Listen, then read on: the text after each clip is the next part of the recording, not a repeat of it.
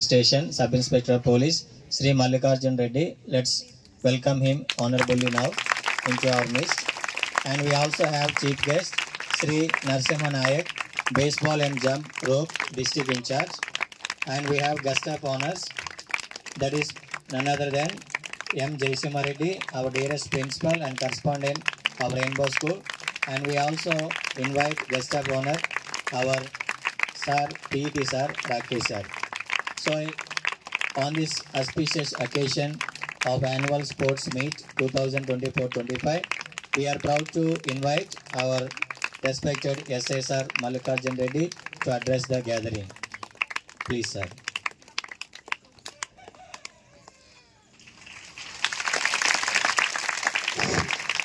Good morning to everyone. Good morning, sir. ఈ రోజు ఈ యాన్యువల్ స్పోర్ట్స్ మీట్లో భాగంగా ఇక్కడికి ఇన్వైట్ చేసినటువంటి మన rainbow school principal sir Jayasimha సార్కి, మరి ఇక్కడ వచ్చిన నరసింహ నాయక్ సార్ గారికి, మరి టీచర్స్కి, మరి విద్యార్థి అందరికీ నమస్కారం.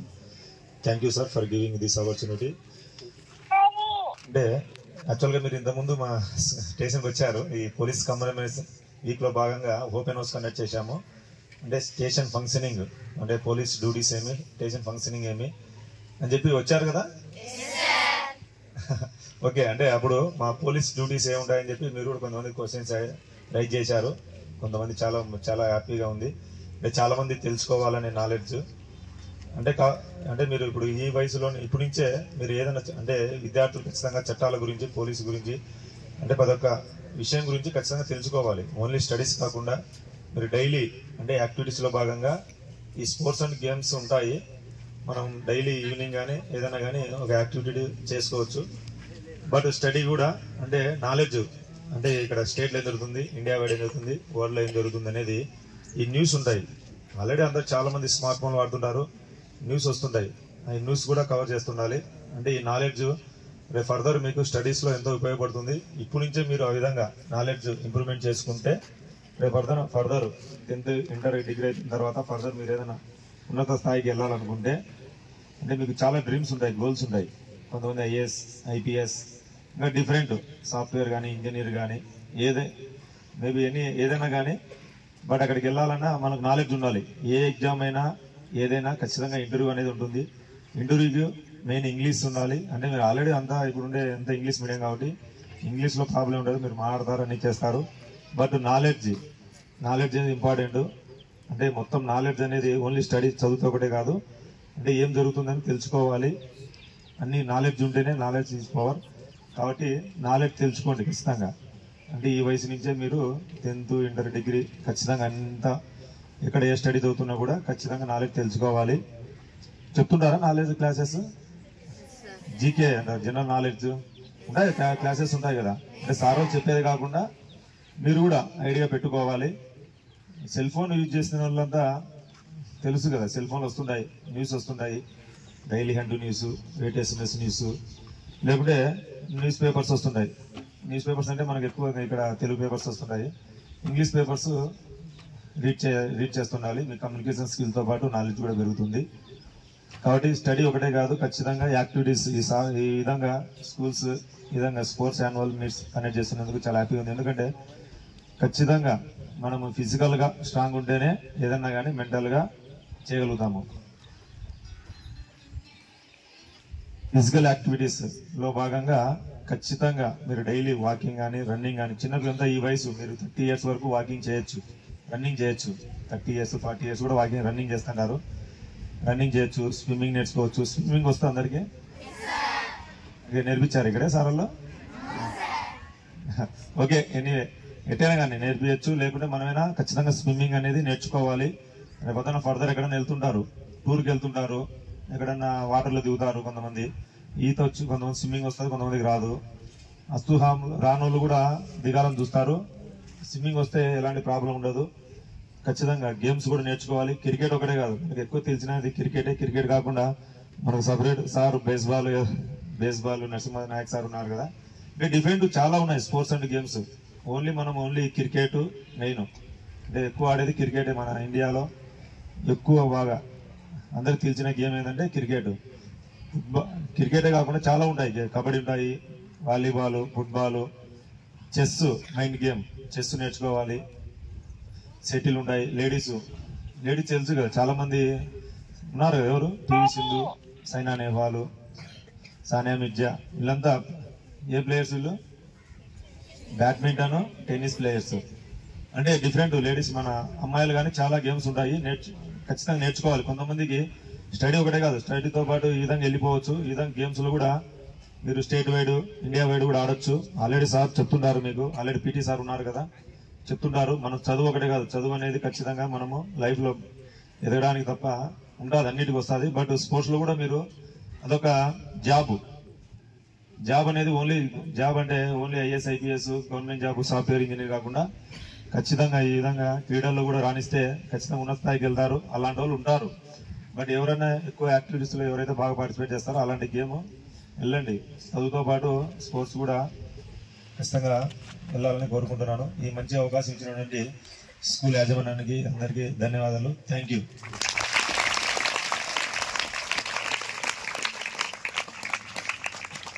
Thank you so much, sir, for your valuable speech. We also have a guest of honor, Hanif PET sir from Balaji English Medium School, Nalamada. Let's welcome him. Sir, please come.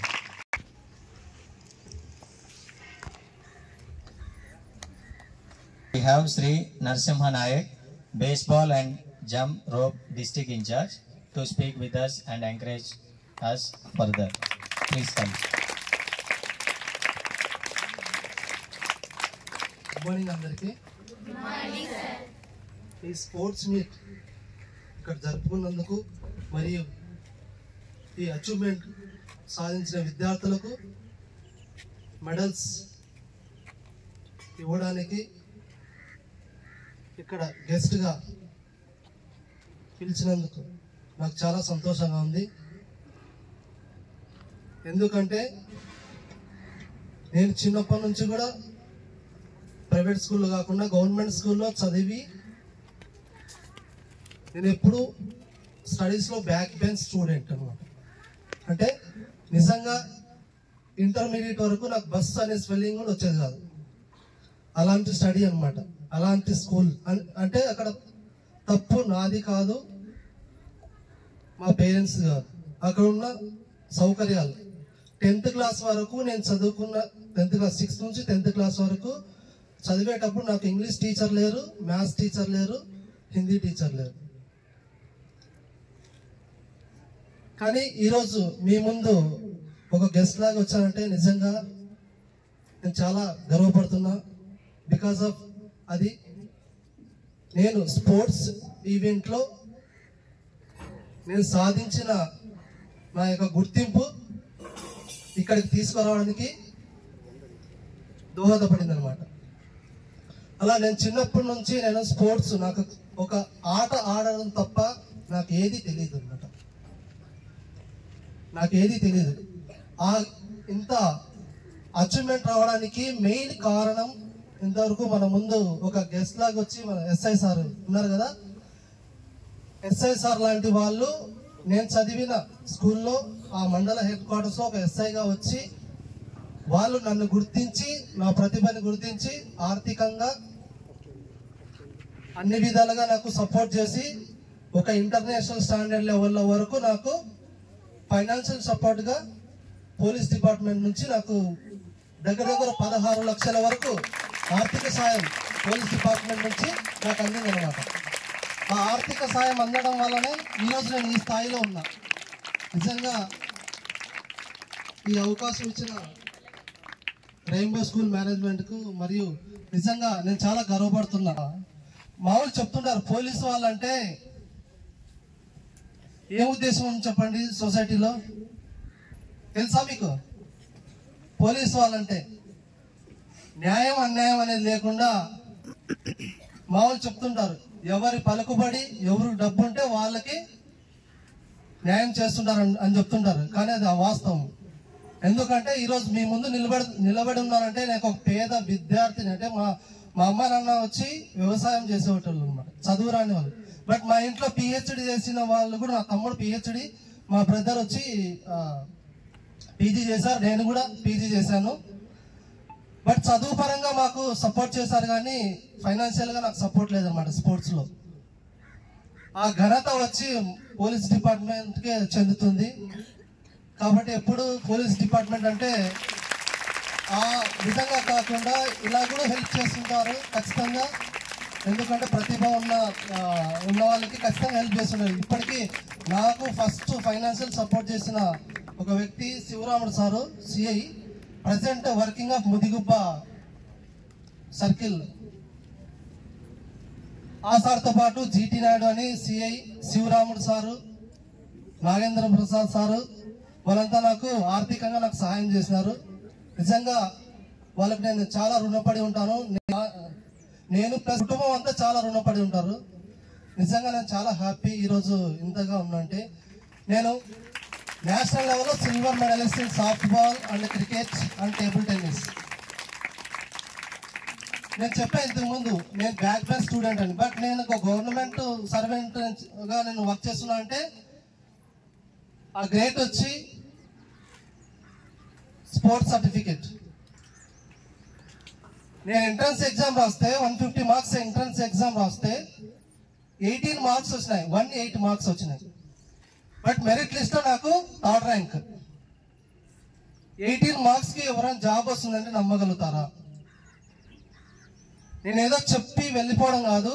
Website ఇస్తాను, చూడండి మీరు కావాలంటే. నా పేరు, నా hall ticket number చూడండి. నిజంగా చదువుతో పాటు స్పోర్ట్స్ కూడా ఎందుకు మన ప్రభుత్వాలు ఎందుకు అంత వేల కోట్లు ఖర్చు పెడుతున్నారంటే ఏదో ఊరినే అనవసరమైన విషయం కాదు అది. ఎందుకంటే చదువుతో పాటు స్పోర్ట్స్ అనేది చాలా ముఖ్యము. ఇంతకుముందు సార్ ఫిజికల్ యాక్టివిటీస్ ఉండాలని చెప్పారు కదా, చెప్పారా లేదా సార్? ఫిజికల్ యాక్టివిటీ అంటే నాట్ ఓన్లీ స్పోర్ట్స్. మన పేరెంట్స్ ఉన్నారు కదా, మా ఆల్మోస్ట్ 90% అగ్రికల్చర్ నుంచి ఫ్యామిలీస్ నుంచి వచ్చిన కదా. మనం తల్లిదండ్రులు వ్యవసాయం చేస్తారు కదా, అది కూడా ఫిజికల్ యాక్టివిటీనే. అంటే మన శరీర కదలికలను ఫిజికల్ యాక్టివిటీ అంటారు. బట్ స్పోర్ట్స్ ఎందుకు ఆడాలి? స్పోర్ట్స్ ఆడితే మనం ఏమొస్తుంది? ఏం రాదు కదా, అలసిపోతాము అంతే కదా. అదే ఒక ఏదైనా పని, వ్యవసాయం పని చేస్తే మనకు శారీరక శ్రమ ఉంటుంది, బట్ ఫైనాన్షియల్ కూడా ఇన్కమ్ ఉంటుంది. అవునా కదా? చెప్పండి. బట్ ఎందుకు ప్రభుత్వాలు ఎడ్యుకేషన్తో పాటు స్పోర్ట్స్ కూడా ఎంకరేజ్ చేస్తున్నారు? ఎందుకు చెప్పండి? చెప్తారా? ఎవరైనా చెప్తారా? మనం వర్క్ చేసుకుంటా ఇన్కమ్ కూడా చేసుకోవచ్చు, ఫిజికల్ యాక్టివిటీ. కానీ ప్రత్యేకంగా స్పోర్ట్స్ ఎందుకు మనకు ప్రవేశపెట్టినారు చెప్పండి? స్పోర్ట్స్ అంటే మనం ఒక పని చేయాలంటే, మీరైనా మీ పేరెంట్స్ ఇంట్లో కసు కూర్చోండి అంటే ఓమ్మా నువ్వు చేసుకో, ఏదైనా పని చెప్తే నీళ్ళు తీసుకురంటే నువ్వు తెచ్చుకో అని మనం అసహించుకుంటామా లేదా? అంటే మనం చేసే పని మన మైండ్కు, మన శరీరానికి సంబంధం లేకుండా ఇన్వాల్వ్మెంట్ ఉంది కాబట్టి మనం చేయము. అవునా కదా? చెప్పండి. అదే గేమ్స్ అంటే, స్పోర్ట్స్ అండ్ గేమ్స్ అంటే మంచి బాగా ఎండ వచ్చినా కూడా, వర్షం వచ్చినా కూడా, ఈరోజు పీటీ పీరియడ్ ఉంది, గేమ్స్ ఉందంటే పరిగెత్తుకుంటా ఎండనక వానక ఆడుకుంటారు. అవునా కదా? కానీ పని చేయమంటే చేయలేము. చెప్పండి ఇప్పుడు డిఫరెన్స్ ఇప్పుడన్నా చెప్పండి, చెప్పలేరా? అంటే ఇది స్పోర్ట్స్ అండ్ గేమ్స్ మెంటలీగా అంటే మానసికంగా మన ఇన్వాల్వ్మెంట్ అవుతాం కాబట్టి, మానసికంగా ఇన్వాల్వ్మెంట్ అవుతూ శారీరకంగా కూడా ఇన్వాల్వ్మెంట్ అవుతాం. అప్పుడే మన బాడీ కానీ మన ఇది ఫిజికల్ గాను మెంటల్ గా స్ట్రెంత్ అవుతాం అన్నమాట. మన ఆరోగ్యంగా ఉన్నామంటే మన శరీరం ఒకటి బాగుంటే కాదు, మన మైండ్ కూడా మన కంట్రోల్లో ఉండాలా, హెల్తీగా ఉండాలా. అప్పుడే మనం పరిపూర్ణంగా ఆరోగ్యంగా ఉన్నామని భావించాల. అర్థమైందా? మనం చేసే పని ఇష్టంతో చేయము, కష్టంతో, అంటే ఏదో చేయాలనే బాధ్యతతో చేస్తాం. కానీ స్పోర్ట్స్ అలా కాదు, ఇష్టంతో ఆడతాం. కాబట్టి గవర్నమెంట్స్ కూడా మనకు స్పోర్ట్స్ ని ఇంప్లిమెంట్ చేశారు చదువుతో పాటు. ఎప్పుడైతే మనం మెంటలీ అండ్ ఫిజికల్లీ ఎప్పుడైతే స్ట్రెంత్ ఉంటామో అప్పుడు మనం ఏదైనా ఏ రంగాల్లో అయినా కూడా ముందుకుంటాం అనమాట. ఎగ్జాంపుల్ గా మన రీసెంట్ గా 20 days బ్యాక్ ఒక ఇన్సిడెంట్ జరిగింది.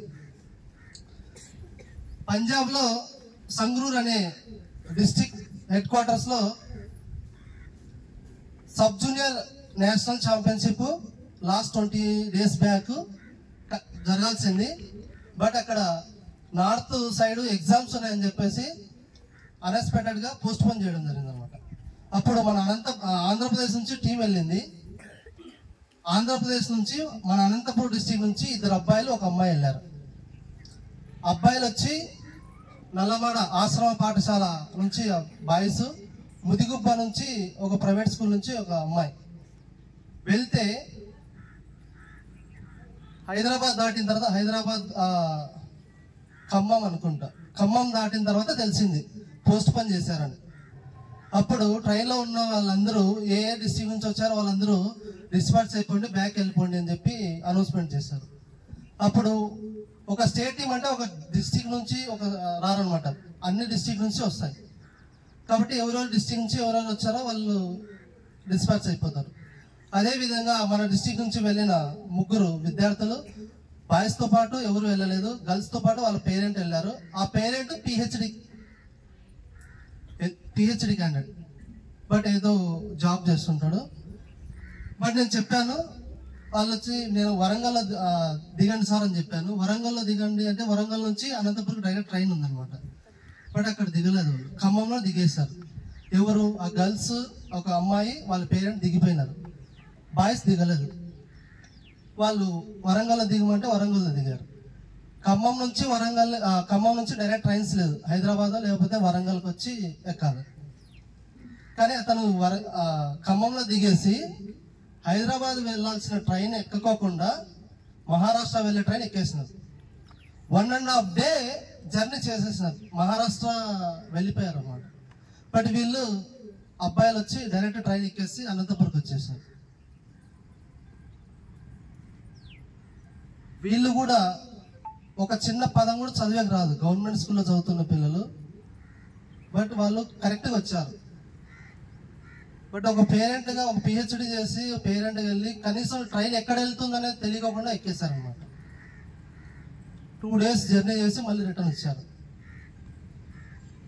బట్ ఫస్ట్ టైం ఆ అమ్మాయి రిప్రజెంట్ చేసింది ఆంధ్రప్రదేశ్కి. వీళ్ళు దాదాపు 3-4 years నుంచి ఆడుతున్నారు కదా. కాబట్టి చదువుతో పాటు బయట జ్ఞానం ఉండాలంటే ఖచ్చితంగా స్పోర్ట్స్ యాక్టివిటీస్ అనేది కంపల్సరీ ఉండాలి. ఉంటేనే మనకు సమాజంలో ఏం జరుగుతుంది, ఎలా ఏంటి అనేది తెలుస్తుంది అనమాట. ఎప్పుడు స్కూలు చదువు అని చదువుతో పాటు స్పోర్ట్స్ అండ్ గేమ్స్ కూడా ఉండాలి కదా. కాబట్టి ఒక చిన్న స్టోరీ కాదు, రియల్ చెప్తాను వినండి. మన సమాజానికి physical education or physical activity ఎంత అవసరం అంటే నాకైతే తెలియదు, కానీ ఎందుకంటే నేను బ్యాక్ బెంచ్ స్టూడెంట్. బట్ నేను అనుభవంతో చెప్తున్నా, అనుభవంతో చెప్తూ నేను ఒక అనాలిసిస్. మేము హుసేన్ బోల్ట్ తెలుసా మీకు? హుసేన్ బోల్ట్ గురించి మేము రీసెర్చ్ చేసేటప్పుడు, ఏది ఫిజికల్ ఎడ్యుకేషన్లో ఏది ఎంపీడీ చేసేటప్పుడు హుసేన్ బోల్ట్ గురించి మేము రీసెర్చ్ చేసామన్నమాట. అందులో కొన్ని విషయాలు మేము తెలుసుకున్నాము, ఆ విషయాలు మీతో పంచుకుంటాం. మనకు స్పోర్ట్స్ అండ్ గేమ్స్ ఎంత అవసరం అనేది నిజంగా లేకపోతే సమాజం, రేపటి సమాజం అనేది ఉండదు. మీరు నమ్ముతారా చెప్పండి?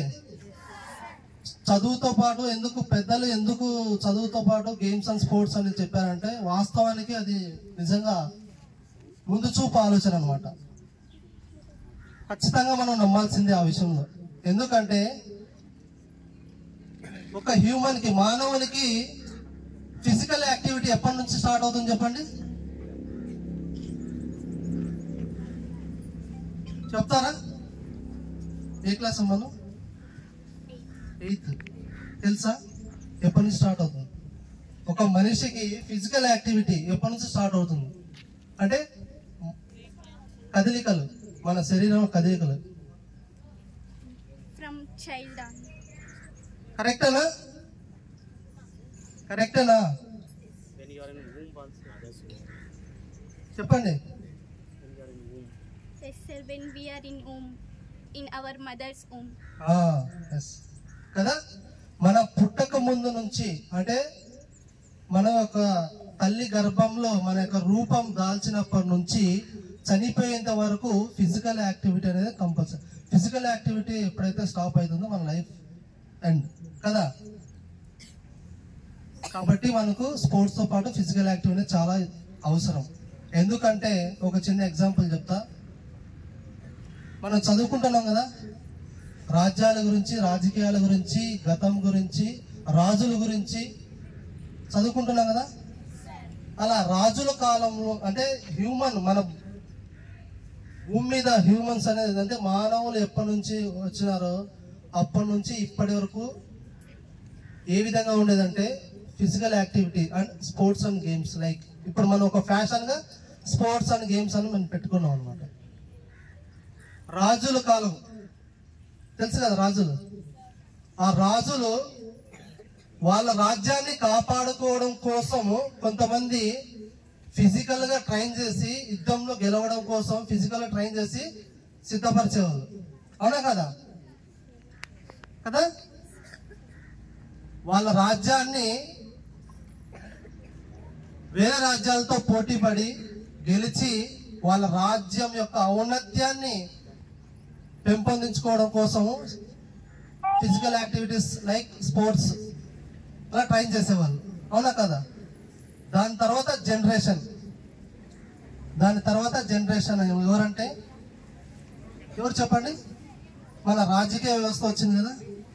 రాజకీయ వ్యవస్థ రాజుల యుగం నుంచి మన మామూలుగా రాజకీయ వ్యవస్థ అనేది వచ్చింది. అందులో పూర్వం పిటి ఉషా తెలుసా? పిటి ఉషా, మిల్కా సింగ్ తెలుసా? మిల్కా సింగ్ అతను ఒక వరల్డ్ రికార్డ్ అథ్లెట్. పంజాబ్ లో ఉంటాడు అతను. ప్రజెంట్ ఇప్పుడు కూడా బతికున్నాడు. అతనికి వచ్చి 102 ఏజ్. ఇప్పుడు కూడా హెల్తీగా ఉన్నాడు. వరల్డ్ రికార్డ్ అనమాట 800 మీటర్లు. అట్లా వాళ్ళ అంటే మన పూర్వీకులు అంటే మన తాతల కాలం నుంచి, తాతల జనరేషన్ నుంచి మన నాన్నల జనరేషన్ వరకు స్పోర్ట్స్ అండ్ గేమ్స్ కూడా ఉన్నాయి. అది ఏ విధంగా అంటే రాజులు తన రాజ్యాన్ని కాపాడుకోవడం కోసము స్పోర్ట్స్ అనేది ఫిజికల్ యాక్టివిటీలో ట్రైన్ చేసేవాళ్ళు. మన తాతల కాలము లేదా మన తల్లిదండ్రుల కాలంలో ఏ విధంగా ఉండేదంటే మన దేశం యొక్క ప్రతిష్టను, వాళ్ళ తల్లిదండ్రుల యొక్క ప్రతిష్టను, వాళ్ళు చదివే స్కూల్ యొక్క ప్రతిష్టను, వాళ్ళని గుర్తింపు కోసము స్పోర్ట్స్ యాక్టివిటీస్ జరిగేది. అవునా కదా? అవునా కదా? మనము ఏదైనా గేమ్ ఆడితే మన జిల్లాకి, మన రాష్ట్రానికి, మన దేశానికి పేరు వస్తుందని ఆడతాం. అవునా కదా? ప్రజెంట్ కూడా అదే నడుస్తుంది అనమాట. అవునా కదా? మనం ఆడితే మన స్కూల్కి, మన పేరెంట్స్ కి గుర్తింపు వస్తున్నారు కదా. ఎస్. నెక్స్ట్ ఫ్యూచర్ కదా ఆల్రెడీ స్టార్ట్ అయింది. నెక్స్ట్ సెల్ఫ్ ప్రజెంట్ నడుస్తుంది.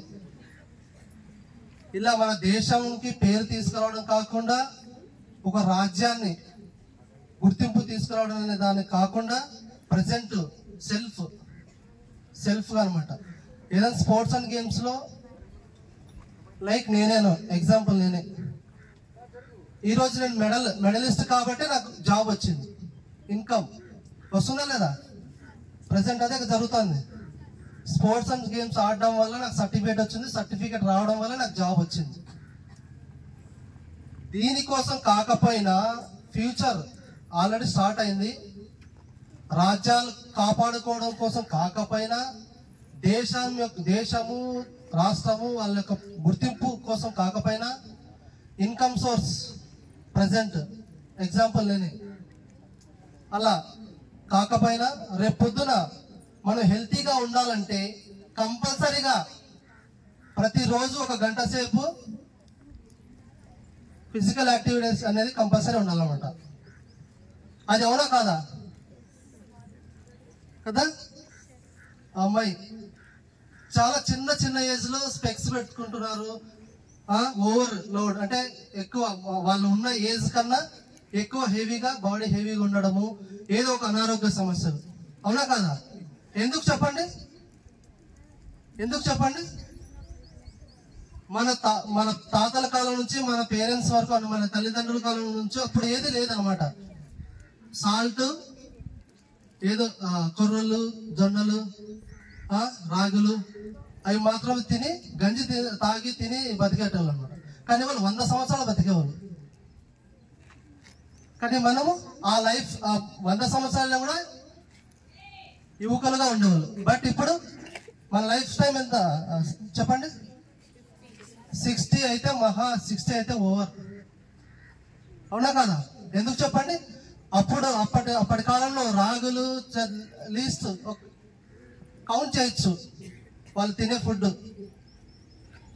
10 రకాల 5 రకాలు అట్లా చెప్పాలంటే. కానీ ఇప్పుడు ఎన్ని రకాలు వచ్చాయి మనం తినే తిండులు చెప్పండి? బర్గర్లు అంట, panipuri, samosa, pizza, noodles, chicken biryani, రకరకాలు వచ్చిందా? టేస్టీగా వచ్చిందా అప్పటికన్నా ఇప్పటికి? కానీ మనం ఎందుకు 100 నుంచి 150కి వెళ్ళలేదు చెప్పండి? ఎందుకు?